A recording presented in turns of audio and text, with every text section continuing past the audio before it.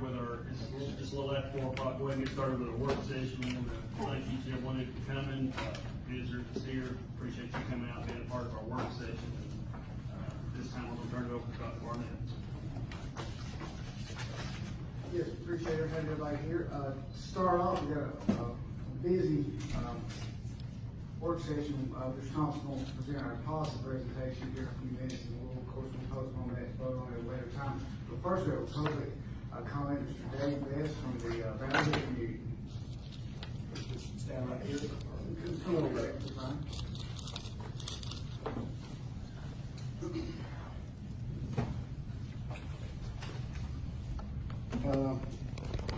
I guess I just wanted to give everybody sort of a timeline on kind of what's going on. I don't know if some of y'all are aware of the situation at Valley Head or not. Back in 2017, the Hammondville Park is the facility that the Valley Head High School baseball team uses. It had gotten to the point where it needed a lot of renovations. It wasn't standard anymore. The size of the field is smaller than regulation. So when Mr. Barnett got elected, I reached out to him and asked him,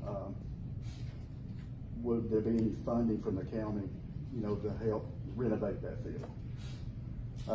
Like I said, that was back in 2017. He advised me, since it was owned by the city of Hammondville, that there couldn't be any money put into something like that.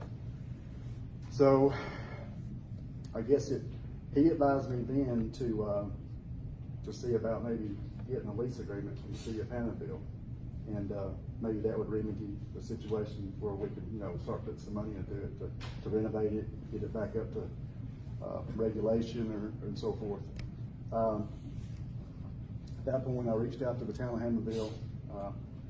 Then I think the principal was Bill Monroe. Him and Heath Kirby went to the town council. They presented the council with a lease. The town then presented it to Dr. Barnett. For whatever reason, there wasn't an agreement on the lease. There was some wording in it that needed to be changed or whatever. Basically, that rocked on until basically this summer. Every 6 months or so, we'd reach out and say, hey, what's going on with it? Is there any progress? And there always seemed to be some wording in the lease.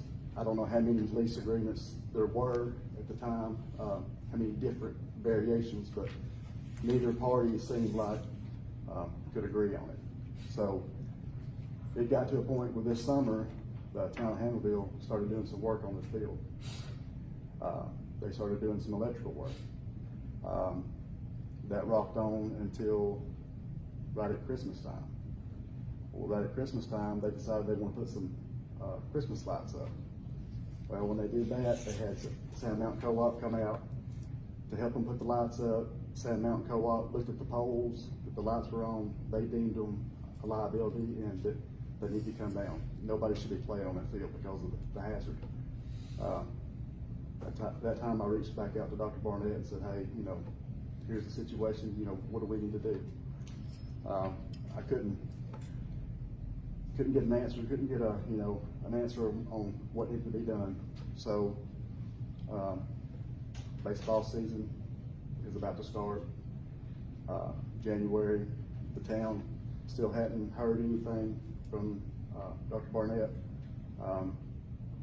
That time, the town was liable at that point, so they decided they needed to cut the light poles down. So at that point, they left us without a field to play on.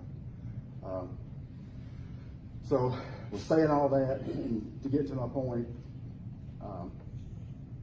Valley Head doesn't have a baseball field to play on. Like I said, this has rocked on since 2017. Nobody can seem to agree. I guess my question is, what is the board going to do to help remedy the situation? I went to 2 city council meetings. One meeting, they had their lawyer present. Their lawyer pretty much told me that the last lease agreement that was presented was standard. She said every municipality uses the same insurance company that they use. And basically the insurance company is wanting a certain verbiage in that lease agreement. At that point, I think she sent an email back out to your lawyer, the county's lawyer, whoever you guys use.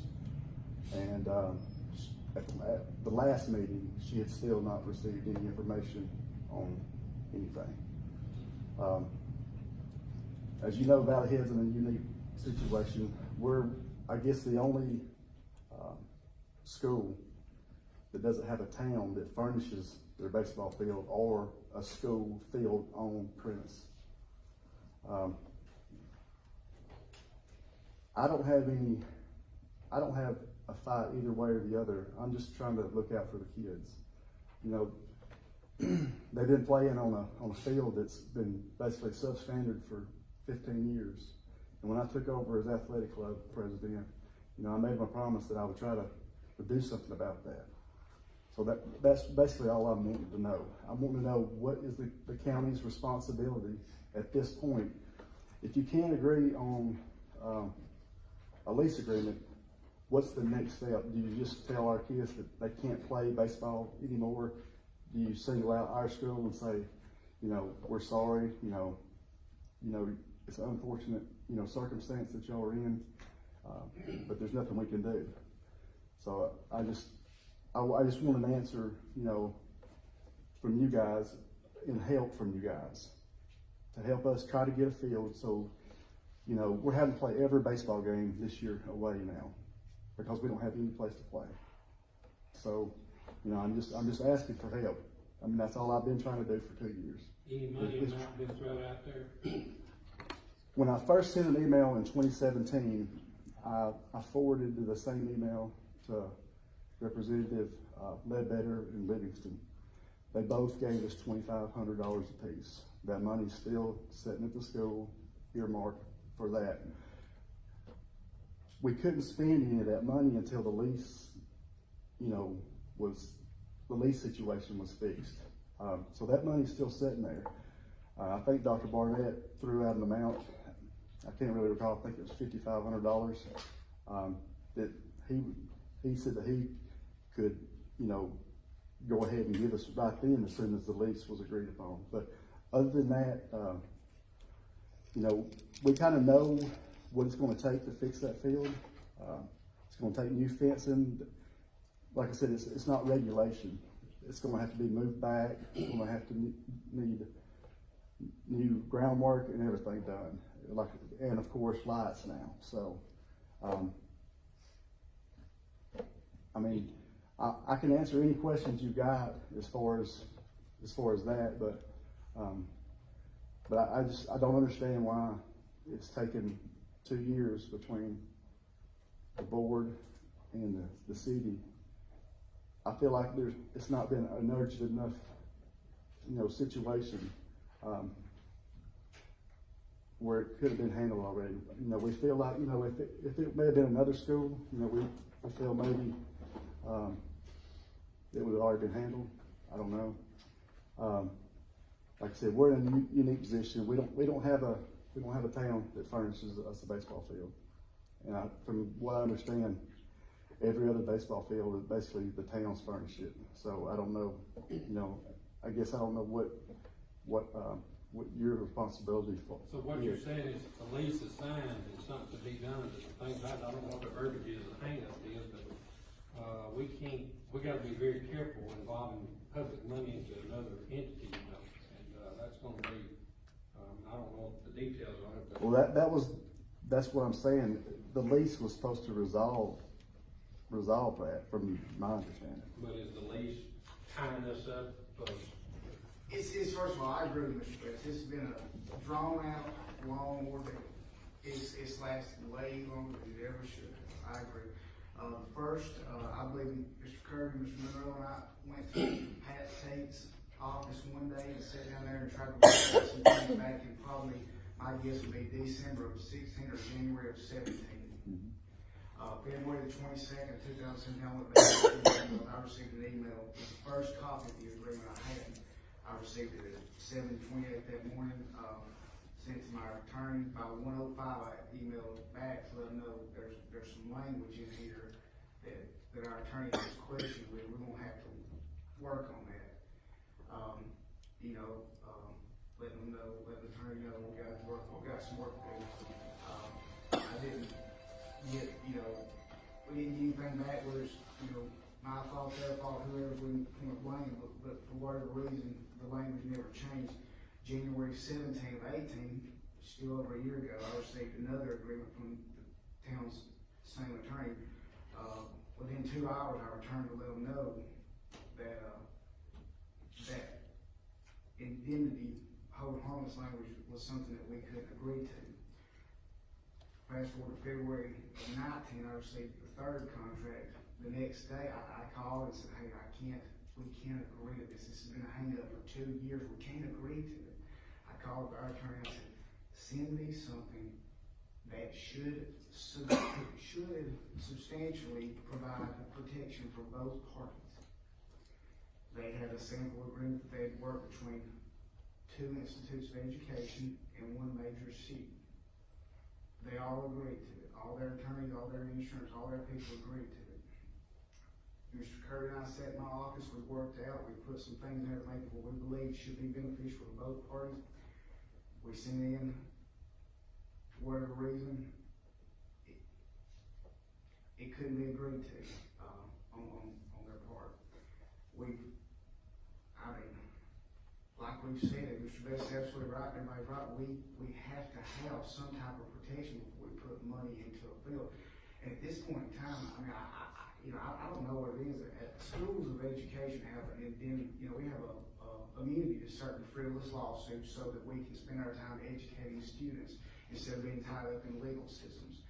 And what they've actually, in essence, what that clause asks us to do would basically say, if anything happens on our field, we're going to hold you liable, the Board of Education liable. The only problem is they can't sue a Board of Education. They sue me and all 5 of you individually in your capacity. And so that's why it's important that we put these protections in place. It's not that we won't. Signing that lease would be the easiest thing for me. If they would just agree, if we could just come, and I'm not trying to put it off on day, I shouldn't have said that word. If we could come to some kind of agreement on the language that I believe we tried to provide something that was mutually agreeable. If we could just sign off on, if we could just come to that, we worked on it. Thompson called Andy, which is a municipal insurance company, and asked them, what can we do? Is this language? And they kind of said, we usually don't tell people what kind of language to have or not to have. Sometimes we believe, that if somebody's leasing the field, maybe they need an umbrella policy. I know he's called to try to get some quotes on umbrella policies. They say, sometimes if we believe that the lease increases our liability, sometimes we may increase the premium. He's asked them, what would the premium increase be? We haven't got those answers yet. Of course, the turnarounds have been tight from last week, so we understand that. I did speak to Fort Payne City last week. They said they would be happy for us to use their fields for home games. I talked to Mr. Kirby. He's kind of working out, seeing if that's something to do. Maybe in the meantime, we can work out something. Obviously, we're short on time now. This has been an unfortunate deal, and it's rocked on way too long. I believe, and I'm not saying I'm perfect. I'm not saying I haven't dropped the ball on some of this at times myself, but we've tried to explain to them why we can't agree to those things, and even went to try to. The language in that one we offered. It was very clear that they had no liability for it, but we had no liability, for whatever. It's been an unfortunate situation. I agree with you. I hate it. I assure you, I just as soon have this resolved in February of 2017 than us be here today as well. It's been, it has. It's. So if we sign the way it is now, and we're held liable if something happens up there. Each individual. Yeah. But is it not a game changer now that they cut the poles down for us? Cut the poles down. Of course, those poles were right. I know, but still, Exactly. don't we have a cost? The cost, Black's Electric, which I believe they gave a very good bid, a quote. But even at that, you know, it's ranges from, you know, $70,000 to $67,300 to $107,300. So that's a big expense. And then of course the fencing, depending on what we have to do, I mean, you know, it puts a. If the town of Hannibal would agree to the lease, what would we do then? Well, we'd have to figure out what we would want to invest in it, and most likely it would be a joint partnership between the board, the athletic club, and the school, and the city, to do whatever we had to do. You know, it would be very hard for us to take on all the costs, because ultimately, at the end of the day, it's gonna be their people. Now, I know there's been some talk about possibly doing possibly changing ownership of it if the grant allows for it. My understanding, they got the property through a grant. It may or may not allow for that. But at least there's certain time restrictions. You know, as Mr. Best said, most of our baseball, softball complexes are at city parks. Yeah. And they kind of, either the city or communities raise funds for that and help with that. And I don't know, you know, how much the Board of Education has helped on those in the past. Not that we wouldn't be willing to help if need be or could be. But it's gonna be really hard for us to put out, you know, $100,000. Even if we did have the lease signed. Right. But, you know, we obviously would work with whatever we could to get whatever done. You don't think the city would sign the lease the way it is now? Is that what they told you? Basically, I guess it's just, I'm not a lawyer. Yeah. I assume y'all know how lawyers, you know. No, we don't. According to Nikki Scott, this insurance company, ADM, they're the same insurance company that every municipality in DeKalb County uses. They said that this is standard. Her direct quotes is very standard language in that. Basically, when you use it, you're responsible. When we use it, we're responsible. That's kind of the way she explained to me the verbiage worked. I guess it's not become an issue. They got audited. Their auditor said, hey, let me see all your leases. This was a proposed lease. They looked at that lease and said, hey, this has to have this in here. That's when they went back to their insurance company and lawyer, and that's how this whole thing got started.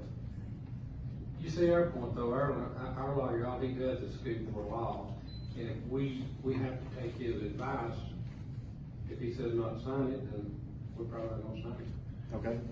And what's your position at that point?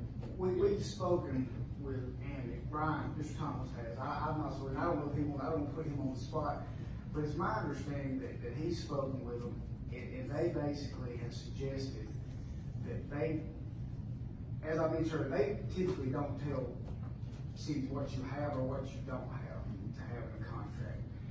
They may require, you don't speak to that, I'll let you speak that way, you heard it. So when I spoke with Amic, I just asked, what is the language that we should be seeking out?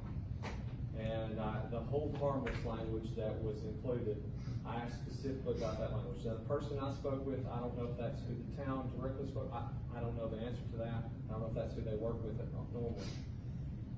But the person I spoke with suggested that necessarily that language wasn't required. What was required from her perspective was that there was some type of coverage.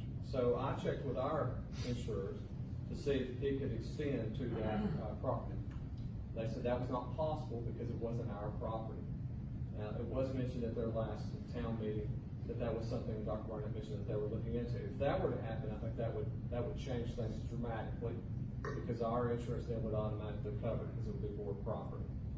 But they said currently our insurance said that was not possible, but they would consider looking elsewhere, which Dr. Barnett mentioned. So I have reached out to some insurance companies outside to see what, just a balloon coverage policy just to cover those particular events with costs.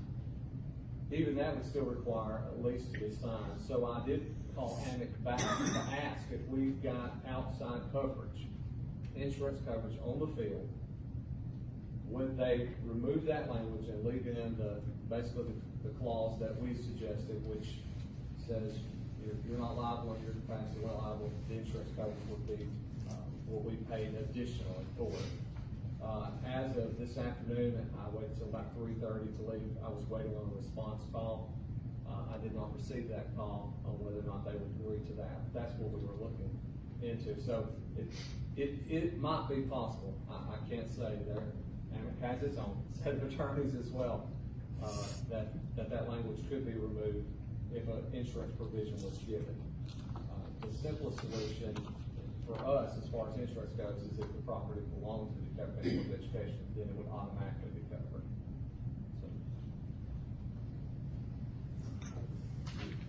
So it's about as clear as mud. Well, it's. I mean, really, I guess my main point is, as a parent, it's really not my responsibility to be figuring this stuff out. I mean, would y'all agree on that? I mean, the school is your responsibility, right? But you also said that the cities has been furnishing these fields for these schools, so. Right. So, in okay. some way, your community is also responsible for some of that too. That's why No. we're doing it in every town. No, I don't think so. We're I think actually- y'all have had the privilege of letting these communities pay for these fields for you guys. It's the way I feel. Well, our schools I mean, have if- outgrown to our ball fields, That's is what's happening. I understand that, and that's unfortunate. But again, as a parent, that's not really my responsibility. I mean, Well, first, I'm not trying to be facetious or try to act like, like I don't care what you guys are doing, okay? But I guess my point is, all these football fields are on your property, okay? A number of other athletic things are on your property. Again, I think you've been fortunate in the fact that you've had cities that would take care of your ball fields for you. We don't have that privilege. We don't have a city that will take care of our ball field for us. Haynesville is not Valley Head. It's a different entity. We've been relying on them to take care of that field basically for us. But now it's basically crunch time now. The field is falling, it's falling apart. The lights had to come down. So we know that it's just not, our imagination that we're just wanting some kind of, new field. I want to know what your responsibility is at this point, if this can't come to an agreement, between and I'm not putting all the blame on you guys, and I'm not putting all the blame on the city of Hannibal. I mean, don't take it that way. Like I'm saying, I'm just a parent that wants our kids to have a ball field to play on. I want to know who's responsible and who's willing to make it work. I'm just a phone guy. That's what I do for a living. I just don't know. And I see your frustration, I understand that, but, number one thing, I think all of us as board members are gonna say, education is our priority for the kids. And then, with all the extra, the sports and all that, that's extra. That's a little extra. But when it comes to keeping up fields and all, I believe any community around here, any school that's around here that doesn't have a field on campus, that you're gonna see parents putting a lot of labor into it, a lot of their own money into it, to keep those fields up. Cities do a lot, but then there's a lot of work put into it from parents themselves. So it's not coming from the board. And I didn't insinuate it was. okay, but Again, this is a different circumstance. We have been working on that field. We're the ones that have kept that field up. right. Okay? It ain't like it. Where have y'all been playing? I mean, I'm assuming you played on that field in the past. Right. And this is the first year you're not able to play on it simply for the light, because of the lights, Right. I guess. Right. Now, could you still play on Saturdays, or was the time changed or anything like that, or is the field No, not it playable? has no electricity. No electricity. And the town has also sent something from the lawyer where you know, Can't be owned. can't be owned around that. I know your frustration, and, you know, me and Robert's talked about it a little bit, and, I know you're frustrated with it, and You know, I mean, I wish I could, you know, I had, you know, $100,000 and I'd build them a field, but that's just not, you know, y'all know how, you know, Bellhead, you know, there's not a lot of money there. You know, it's not like, Rainsville, you know, or, you know, a bigger, you know, not that Rainsville's a big city, but it's not, you know, we don't have the support, you know, that some of these other, you know, cities have. Did you say that the town might consider just needing us that property? But that's, the thing about it is, anything we talk about is gonna take time, and they need something. Well, they've got to determine what's legal for them since they received the land, the property from the grant. They got to find out what's legal for them. Mr. Thomas, I know he works on a couple angles to see if we can come up with some resolution as far as coverage and maybe get some of that agreement. At this time, he's still working on that, but, I know Mr. Kirby has worked, I think they've got some games they got going to play at Ider.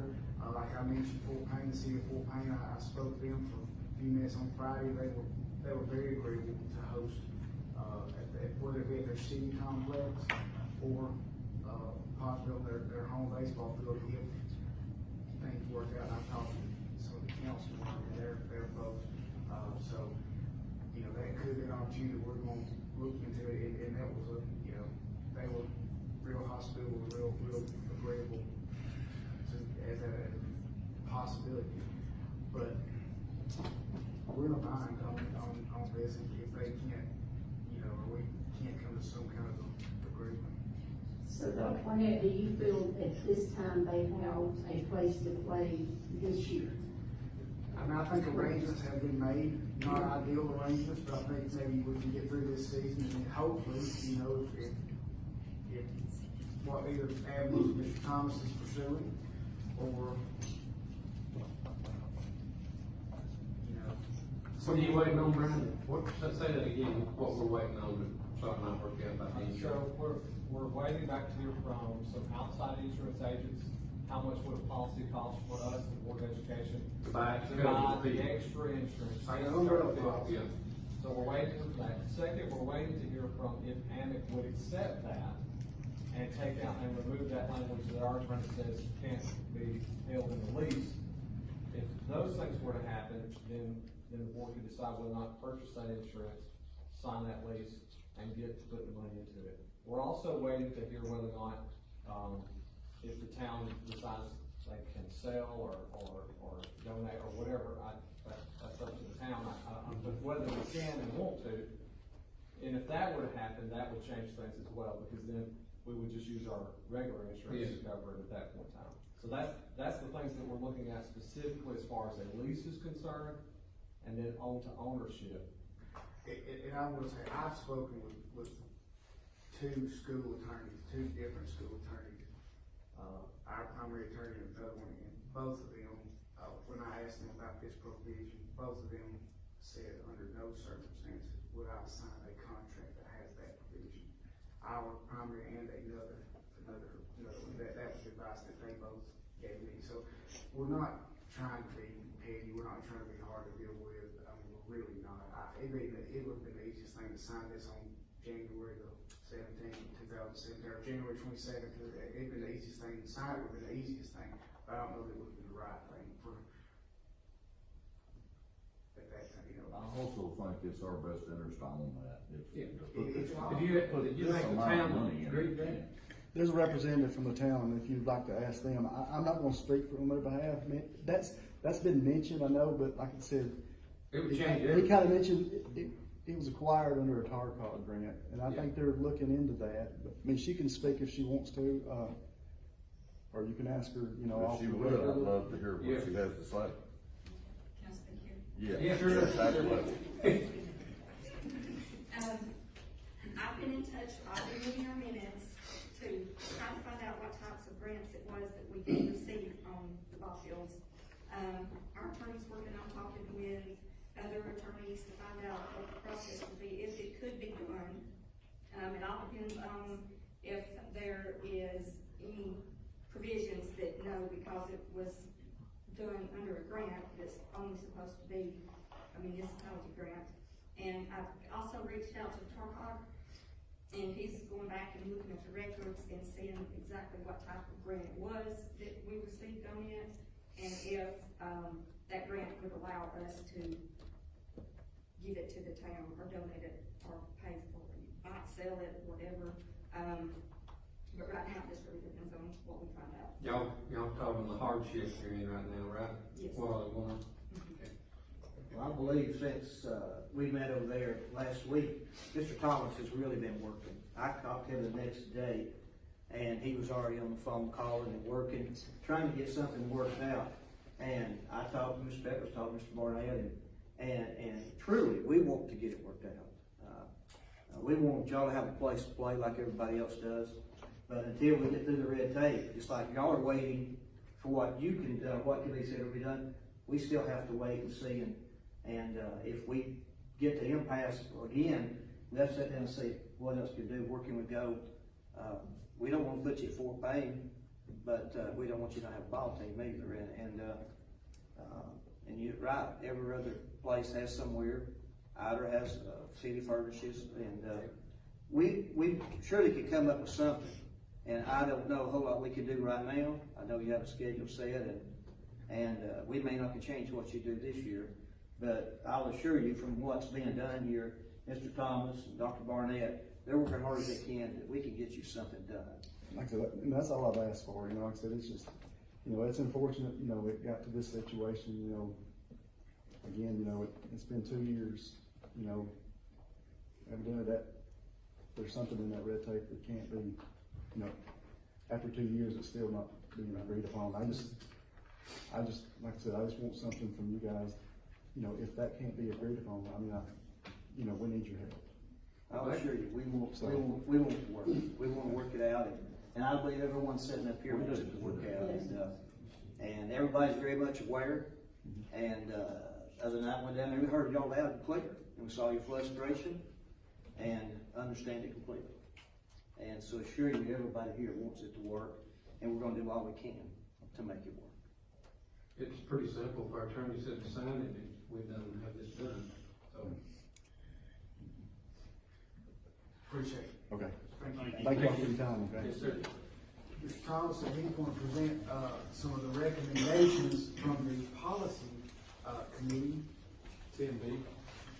If you will look at the packets, you're going to see this later on. 10B and then there was a couple of additional pages as well. What 10B as well. There are 7 items that the policy committee met 3 separate occasions and then worked in subcommittees. We looked at many different issues. We always have representatives from multiple, just different parts, whether they be teachers, custodians, bus drivers. We represent all parts of schooling, and so we have a lot of voices, and we appreciate Ms. Hyde and Mr. Elliott. They both served their time. I think Mr. Peppers put them on, and they did a great job, and we appreciate it. They were right in there digging in the whole time. But if you found that 10B, it's a little bit deep in your packet. You're going to see the first one is simply a strike in the policy handbook 8.7, which has to do with transportation to field trips and athletic events, and it says regular drivers at the school will be given an opportunity to drive extra trips as long as it does not interfere with the regular route. And what is being struck is that it says as long as it does not interfere with the regular route, because that's not what's practiced, and it actually conflicts with policy that we passed here recently. And so that's just a cleanup, just literally getting that out. Second policy addition being recommended by the committee is an addition, 4.8.10 in the policy handbook, board property during leaves of absence. So this involves when a board employee has some kind of property that belongs to the board, whether it could be a vehicle, a truck, it could be a laptop. It's just board-owned property. And they take an extended leave of absence. We want the board to retain the ability to use that property. So this policy just simply states board employees who use board-provided equipment or vehicles and take a leave of absence are required to leave that board-owned property with supervisor or a designated location for the use of DeKalb County Schools during leave of absence. So if it were to be needed, substitute teachers coming in and needs that device to use with students, we want it to be available. So they're recommending that. The third item is a recommendation from the committee to the board and superintendent to create a job description and hire the position of a district registrar. Now, this is not a policy or procedure, it's a recommendation. It's a recommendation, and these two might can speak a little bit more deeply on it. Has a lot to do with, we talked about school zones and how schools were defined. We've talked about our times of open enrollment, and all of these issues kept coming back to a centralized registrar. And so I know y'all talked about this before, but the committee wanted to formally to the board, and this is a body, like I mentioned before, that represents support and certified employees. And they all agreed unanimously that this was the direction. I know counselors have been asking about it for some time. And if you have questions on that, I'd be glad to discuss How many it. registers you have to have? The plan is one, and we've, at this point, we've discussed it. In the future, that may be something that comes up, but the plan is one, with the idea that when you have those large group registrations, pre-K and kindergarten being the two, they would still happen at a set time of day, probably at the local school campus with the registrar assisting. And then during those high enrollment periods, like the first week or two of school, we probably would rotate counselors to where that central registrar was located to kind of handle the load. But then throughout the year, we believe one could do the job. So we looked at that. We think that would solve actually multiple, not just one issue. The school zones is where the discussion started. But then as it went on, it really was. We have overlapping, some discussion was given about overlapping bus routes and how much money does that cost the school system each year just because buses pass one another. And so the registrar was the simplest solution to get us all on the same page. Would this be like a support person as far as hiring in? So we've talked about both, and I don't know that that's been, I don't know that it's been finally agreed upon. Could be a certified individual, depending on what duties you would put at that position. So the policy committee didn't go that far. They had a lot of discussion, but sure. we leave that to the. I'm sure Mr. Hagan did a lot of talking while he was on it. He contributed very well. Did you really? I don't think buses should be overlapping. I think it's something we can clean up, especially when it's thousands of dollars was involved in overlapping bus routes. And so, it seemed like a registrar, someone who could make sure that everybody got assigned to where they're supposed to go to school at. And we'd have the buses, we'd know the routes of the buses, where they go, and who lives on these routes. And that way we don't have one school sending one down, the other sending it back the other way. Because if they go down one road, then we feel like that should be able to pick up those students and carry them to one school. No reason for us double dipping, and that seems like what it is. And that would take away and solve a lot of problems. And again, the counselors are overwhelmed with all the work they got. Along now, you've got a lot of kids taking dual enrollment, and that takes time for them to set this up and have these kids getting in with all the other responsibilities they have with getting them everywhere. And we need to try to help them. I agree.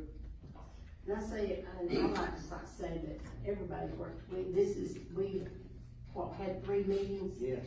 Very in-depth discussions, and before I came on the board, for the last several months, this is the big thing that I've heard, is having a registrar. I think it was just, we talked about, a lot of things that could be changed, but, this was a start in making a change that might could clear up a lot of other issues, for us. But everybody worked hard, and I appreciate those who did serve on the policy committee, and, I think we come out with a good recommendation, and I'm eager to try it. With this, are they gonna be defined lines, bus routes and all, that this registrar will be able to That- look at. That is the ideal plan. Current policy allows for that. And our current policy, without changing any word, already allows for the transportation supervisor to create those defined lines. Obviously, that's a touchy, sensitive subject, so it would take a lot of work and care, but a registrar could do that over time. Whereas a policy change right now, you would either do something immediate, which would affect families much more severely, right? So a registrar gives the opportunity to do that over time, Kind of grandfather people. make changes and then move it in the direction where we understand this is where you go to school. Save a lot of confusion. And there's already a great deal of that. I mean, you know, where your bus routes, our established bus routes now are kind of our school zone, where our bus routes are. We do have some overlapping, and some of that is where, you know, some of that has to be cleaned up and will be cleaned up on time, but, you know, when you take a county that has as much square miles as DeKalb, there's not just tons of overlapping, but there is a significant amount that has to be worked out, but most things are pretty cut and dry already. Yeah, we're talking about very small things. We really are, really small places historically. But I think the committee, after much discussion, they were really pushing towards policy change. And then after really thinking about it, step back and say, you know what, there's a solution here. And that's why they wanted to encourage the board to make that move. The next 3, 4, 5, and 6 on the changes are all changes in the law. So we didn't just decide we wanted to do these things, they're law, we have to. They, 4, which is the supervision of low-risk juvenile sex offenders policy, is attached. That policy is a model policy that the state superintendent sent to us, and we just made it to fit DeKalb County. The same is true with number 6, which is a sexual harassment policy being removed and changed for anti-harassment/bullying policy. Basically, we just redid this policy last year. And then the state turns around and passes another law. And they basically, the major part of this was, they said everywhere you see the word harassment, we want to take that out. We want to replace it with the word bullying. So there's some sensitivity to that issue. And so the name of the law was renamed. It does have, and I'll just go ahead and let the board know, it does have a little bit more reach. Because the previous law basically talked about what happened at school. And the new law talks about what happens at school and what happens away from school if it involves school children. So it does have a little bit more reach, but that one we'll have to work on. Number 5, Coach Safety Act policy. You may hear a little bit about this because it involves those community athletic groups. And basically they have to have training. So you can read there where they can get the training at. This is going to be a little bit of a challenge. We're going to have to educate some of our local youth participants, those coaches who give their time. This again is a law change. It's not a DeKalb County Schools change, and we were required to put a policy in place by law. So you can read that there. This is for anybody who is a volunteer or unpaid, whatever coach that their athlete uses our facility. Some municipalities have already put this type of training in place for everybody, even without this, but this is what they It's not gonna cost them anything, is it? No, it won't cost you anything, but especially it really impacts basketball. Yes. That coachsafely.org, which is listed, and we list in our policy, it actually has the full training, free, prints them out a certificate, and those can be kept on file somewhere. So they did provide what we need to do. It's just going to be educating people that this has to be done, that we have to do.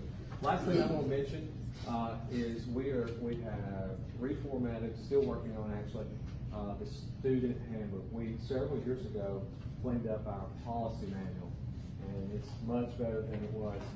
And we've done the same thing with the student handbook. You'll see a list of the changes there. I give you a few additional sheets that were not connected with your packet. But I will also have a digital, full, complete copy for you Mr. Pepperidge has been pushing us to work on a place to store information digitally. So rather than printing off that whole manual, you're gonna get a digital copy of that, so that you can review it and look through it. These policies, will have to run on the table for 30 days anyway, so you'll have time to review them. Anybody have questions for me? I appreciate the time. I know y'all put a lot of time into that, policies, and I appreciate everybody working on that. The last thing is that Mr. Pepperidge and I, we've talked a little bit, of course, obviously, we do a lot of paper shuffling up here. And we talked about possibly using, a digital, system of digitizing and electronically, putting all of our board packets and information, in one place. And Mr. Pepperidge and I talked a little bit about it. There's different programs that allow for that and do that. We talked about, Mr. Thomas and I talked about how we might manage that and do that on our own without purchasing a program. For the meantime, at least to determine if this is something we're interested in. And so, Mr. Pepperidge and I spoke to that, and so I'm not asking you for a verdict or necessary opinion right now. But we talked about possibly whether we using, Chromebooks or laptops or iPads or something to digitize these. That way you have it all in one page. As we upload it and as we make changes, the changes are live for you too. It's so you get basically, it would get, as we build this thing, it becomes more current for you guys. And I know. You into that, ain't you, Monty, like I am, Brady? Hey, if we've got a phone, Richard's 2 years, 2 times already. I can see this, We right? can do it. We can make it. I mean, you were tied in 2 out of 3 months, so, Not today. Some of the things we kind of looked at was, you see that, the amounts of paperwork they're having to do, and then when changes come in, having to do these changes, throw away, the old copies, make new ones, and it's just over and over. Maybe that helps a little bit on their time that they're having to stay involved in preparing the agenda. I think it can be a help there, but, just something to think about, so y'all give us I some think input on it'd be it. good to do it, my favorite, make her do good. well, and that's what we want to do is at least, Brian and I try to do something. Of course, there'd be some kinks for us to work out too, but kind of figure it out. If it's something that we like, we might, if our system is sufficient enough, then great. If it's not, there's some opportunities to do some things we might potentially try. But we want to make sure that that's something that would be useful and agreeable to all parties before we start investing in that technology. So that's all I've We'll got. just get a big board up behind us here, you can start pouring stuff. And I'll be glad to do that. I can do it. We're fixing to start in about 15 minutes. I can do it then if you need. Nothing else, DA? Thank you very much. I'm filling in at the last minute for my nephew, and so it's good to be here. I was sent a question, and so I'm just going to ask it. First of all, thank you so much for allowing educators to use purchasing cards. The question that's been asked is when using purchasing cards and are charged taxes on that purchase, the employee has to reimburse the tax back to the board. Sure. Is that added back to their purchasing card amount, or does something else go on with that? That's a good question.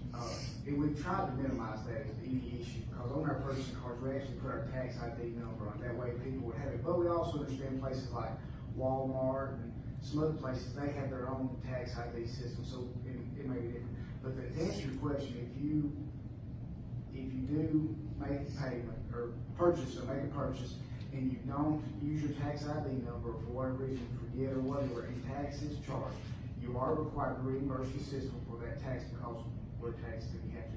But that money, once you reimburse it, it comes to Miss Becky Klein's, and she puts it back in a spreadsheet that she has, that she works with SunTrust, which is our provider of those cards, and it automatically credits that tax amount back to the card. So yeah, it goes back to the card. That was the only question I was asking, but thank you very much for the opportunity. That's about. Thank you for the opportunity, but we do not have anything right now. Good, thank you. Thank you. Everybody's happy. Anything else? I didn't say that. Well, this will conclude our work session. We've got about 8 minutes or so.